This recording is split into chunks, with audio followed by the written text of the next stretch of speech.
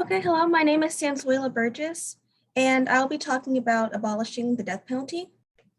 According to the Death Penalty Information Center, there are 27 states that have implemented the death penalty, 23 states that have not implemented the death penalty, and 3 states that have gubernatorial moratoria for capital punishment. I believe that the death penalty should be abolished in all states because in a moral sense, it's not really beneficial because it doesn't really give prisoners the opportunity to think about their actions. Before a prisoner can really think about the consequences of their actions and the actions that they've caused on other people, they're actually put to death. The best punishment would be leaving them in prison for life without parole because it gives them the opportunity to think about those actions and consequences. Many have argued that the death penalty would be the best option because it wouldn't mean taxpayers paying for prisoners who are going to die in prison anyway. But according to hg.org, the death penalty is actually the most expensive option as it can cost upwards of $50 to $90 million just to execute one prisoner. And this $50 to $90 million estimate can be broken down into legal fees such as representation in court for the prisoner, housing and their food, and the execution itself. According to procon.org, the death penalty only deters the person who committed the crime from committing another offense. So therefore, it's not really an effective way of messaging other people to not commit similar offenses. In an article in the New York Times written by Nicole Daniels, many people are also against the death penalty because they feel that it is rooted in racial discrimination and violates the 8th Amendment because of the numbers of people of color versus other people who are incarcerated and then put to execution. As citizens, we watch as death row prisoners are just sitting in prison for years without any kind of time estimate for their execution. And one major example is Dylan Roof, the mass murderer who killed 9 people in a South Carolina church. This accident happened back in 2015, but here we are 6 years later and he's still walking around and alive. The death penalty should be changed to life without parole because guilt can really hurt people. I'm a moral compass kind of person, so my conscience weighs extremely heavy. So I feel that by giving someone the time to just sit with their conscience for a while, they'll really feel bad for their actions and want to change to do better. Guilt is a strong emotion that no one can truly escape, and emotional consequences can often be stronger than physical consequence. By execution, you're basically giving someone the opportunity to walk away without having to feel any kind of emotion or remorse. The money that would be wasted on the death penalty should be invested into programs that help these prisoners to become better people within prison walls and just feel remorse for their actions. And though the prisoners may feel sorry for their actions after these programs, with them being in prison without parole, it just ensures that they are still making up for their crimes. And I know becoming a better person within prison walls doesn't really concern people who are on the outside, but within prison walls, it's basically influenced other prisoners who aren't staying for the rest of their lives to not commit similar offenses. And it makes a difference in their lives because even if they are dying in prison eventually, they'll feel better, I guess, about their situation because of the fact that they know that they've done wrong and they've been able to admit that.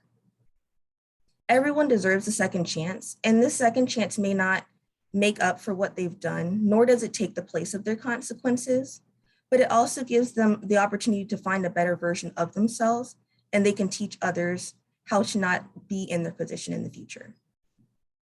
I'm calling upon the governor of the 27 states that allow the death penalty, as well as the 3 states that allow gubernatorial moratoria, to work to end this policy because it's not helping constituents, nor is it helping to teach valuable lessons to prisoners or anyone who is considering or has committed similar offenses. Governors may not make laws, but they're extremely influential in the state. By giving gubernatorial support for this policy, this useless procedure can end and like a new wave of change could begin within our prison system. And thank you for listening. And are there any questions?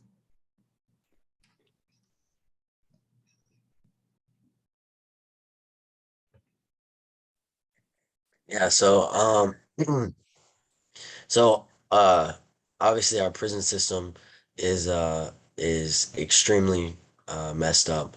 But I guess my question is um in terms of the I just had it. I'm sorry. Um all right, come back to me. I'm sorry. I literally had it all planned out and then completely forgot it. I apologize.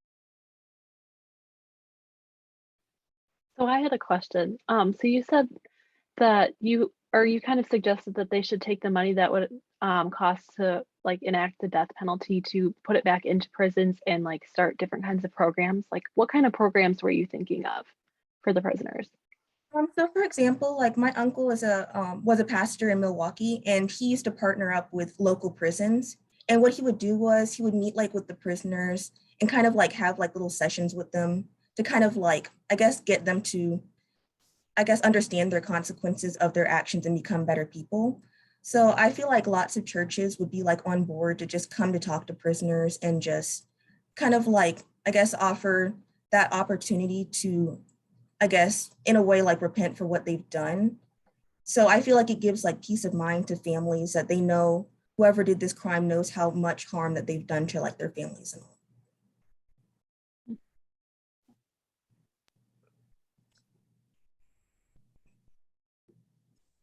All right, sorry. I just now remembered it. Um, so in terms of um these, I guess putting these prisoners back into into the prison population without parole.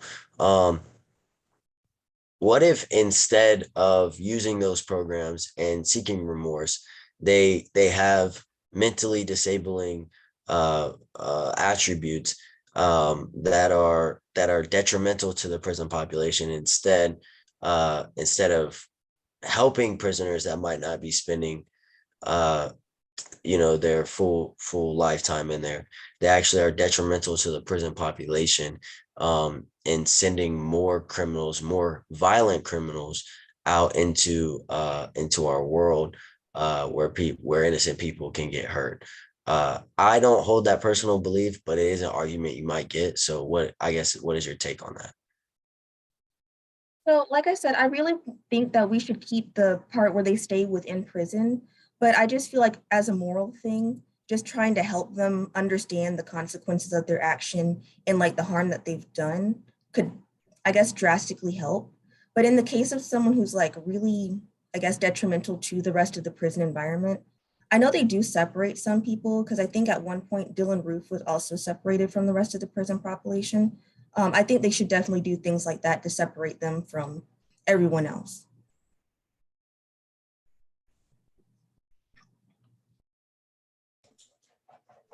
I'm gonna ask a question, but I was trying to wait till my dog finished scratching his head or something.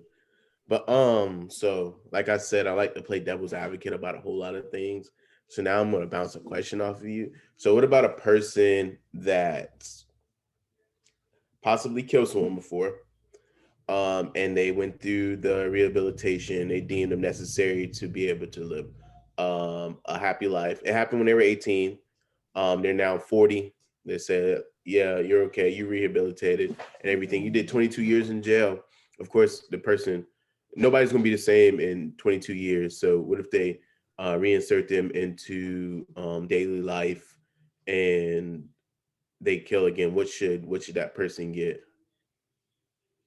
Um, so the main case I was really following was just like people who are like instead of putting them back into regular society, like keeping them within prison. But I feel like if they ever make the decision to like do another court case and then they give that person the opportunity to go back out into to everyday life, I feel like they should have something where they kind of like check up on those prisoners just so they can keep up with like their actions and just making sure they're on the right track.